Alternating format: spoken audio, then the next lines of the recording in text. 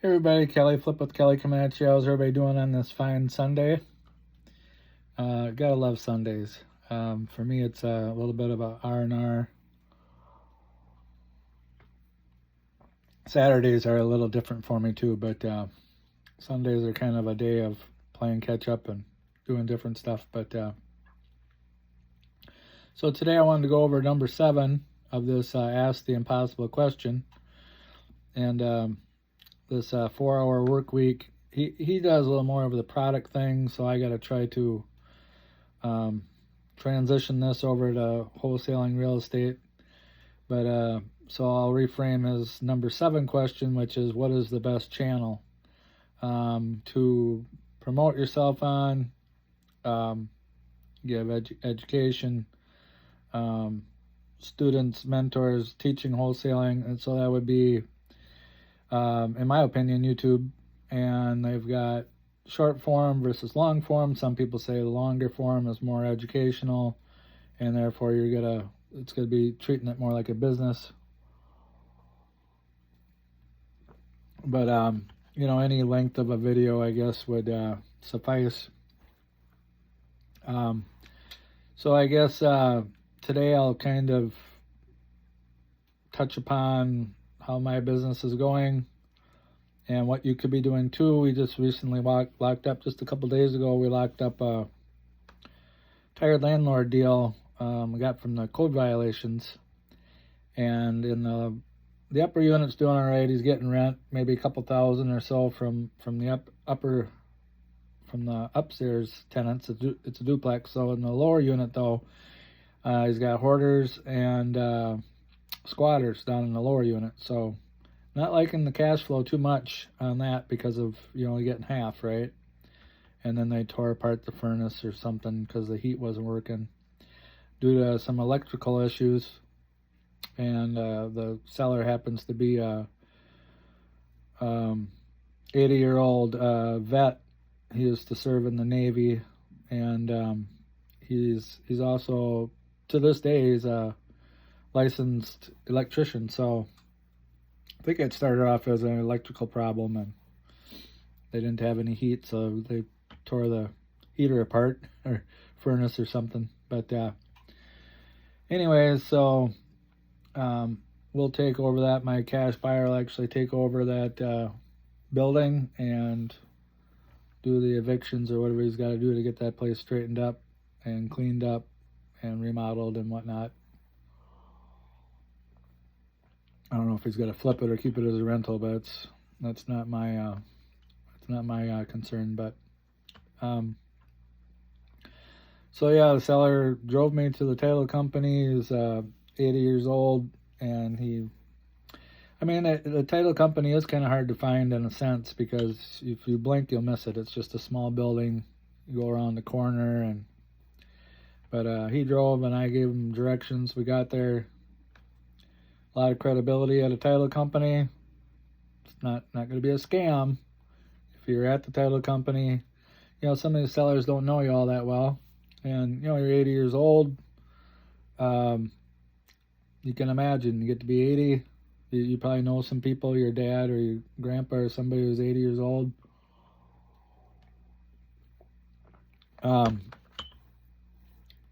It's like that old Fonzie show on Happy Days, where they put rocks in his boots, and said, "Now, am I senile?"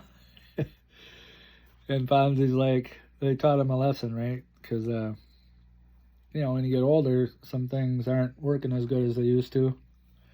You got your eyesight, maybe this 80-year-old though, I'm impressed with him. Like, he is sharp, pretty sharp fella. But yeah, it's a good trust factor. Getting down to the title company, they kind of like walking in there and the experience of it, and getting it straight from the horse's mouth. And he asked if he could get 2 checks, and the title company was like, "Well, we usually just do 1. It's the way we operate here." And he's like, "Oh, okay." But so yeah, this was code violation. I had sent some letters to. Might have done some postcarding. Sent this guy out, several of them, because I had seen his name come up repeatedly, and probably shouldn't have sent that many, but now I'm actually glad that I did, because maybe I sent him 5-10 pieces of mail. Well, that's going to equate to $1,000 a letter now, but so yeah, we're set to close in about 3 weeks, towards the end of February here, and this will be the third deal I've done with this cash buyer, local deal here, and yeah, couldn't be happier about that. Got another property scheduled to, it's probate, scheduled to go look at that Monday. How I got this lead was I sent letters out to all the list, but now I started cold calling that list also, probate. So this guy is a retired police officer, and now he does prison transport because he's semi-retired, but he knows a guy that knows a guy that was able to push the probate through, so I got done quicker. So then they become the PR faster. So this one here is where maybe it would have took longer. He pushed it through, I guess, and so I'm glad I called him, because you know, they got a realtor friend that said we should be asking this much, and you know, my letter would have reached them in another day or two, but speed the lead. So it's another touch too, because you got a piece of mail, you call, you talk to them, more conversation. So we got walkthrough scheduled Monday. Gotta bring my cash buyer out with me again on Monday, and we're gonna go walk that property and see if we, you know, even though they're asking pretty close to retail, you know, have that conversation with them and see what their intent is, if they want to get tippy top dollar, or, you know, explaining it where we're coming from. You know, I haven't seen the condition of the property, but maybe poke a little bit on condition, covering closing costs, no commissions. Just kind of feel it out, but then also got to see if what their major intent is for that day. They're going to be ready to make a decision. All of the decision makers are there or need to be there. He said he could sell Monday, so he said. So yeah, we're going to go walk that. I'll switch topics here a little bit and go on to like if you want to become a millionaire. 3 things. So thing number 1 is to start investing early as you can, and to do it frequently, as often as you can. So an example of this would be to invest maybe $50 or $100 weekly. So, and if you can't do that, or you can't fathom how to do that, that's okay. Do a baby step. Do it monthly. So, and the idea is to, you know, invest wisely, of course. Don't get scammed. But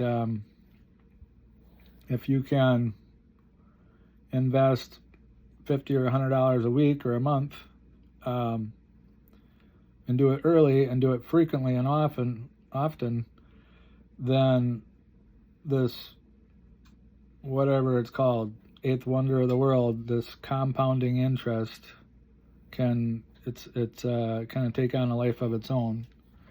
So, and then kind of an umbrella for all 3 of these. Think of 2 different types of people. One is gonna do these 3 things, like invest. We just touched on number 1. Investing, saving, whatnot, and then to make the investments work for him. And then the second type of person, which is probably the majority of people, unfortunately, when they get older, right? That person's got it just the opposite, working against him. In debt, something you should avoid like the plague, being in debt, right? Because then you've got to make payments and you got to pay the interest. And so which category do you want to be in? Yeah, it's the choice. So so which one do you want to be in? So number one, invest frequently, often, get that compounding interest working for you. Number two, let's see now, what would number two be? Trying to remember now. Well, let's go in reverse order. Let's go. Number three is to swap out 2 of your time sucks or money sucks or energy sucks. They all suck, right? And you know what they are for you. Could it be your spending money on stuff you don't need that's not making you money, like consumer type stuff, or maybe you got a bad habit, or a vice. Just think of time waster. Think of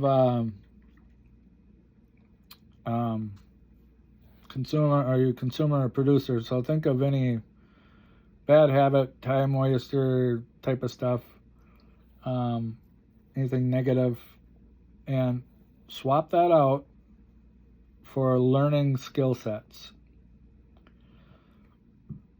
Trading one for the other. So, maybe comb through your day and find out where every minute, every hour, every dollar, every nickel, dime, I don't know if we even deal in pennies anymore, but break it all down and see where, okay, could I start with this and swap it out for that? And in wholesaling, we've got we got marketing, we've got acquisitions and dispo, and there's some other stuff mixed in there, but you gotta start out. Marketing is what you gotta do. You have to be doing marketing consistently, but I would say as a secondary, while you're doing the marketing, if you're not experienced yet, be learning about the acquisitions, because that's going to be the next step. So you want to do them in unison, and then eventually, when you get that deal locked up, then you'll be doing some dispo in there too. But give it the old 1-2 first. Trying to remember what that second thing was. So I gave you a number 1 and 3. Recording in progress. Just a second here. Gotta leave that. So it has to do with investing and saving. Darn it. Can't remember it now. But yeah, just be saving up your money, investing it, and that number 3, swapping that stuff out. I'll have to get back to you about that second thing, but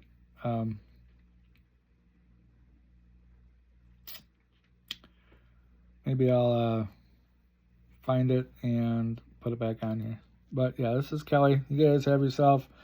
Just start with those 2 things, and we'll get to the third thing in the next video. Cool. All right, you guys smash the like button. You found value, and this is Kelly. Got to go enjoy my Sunday, and hope you guys do the same. Subscribe, like, share. Bye.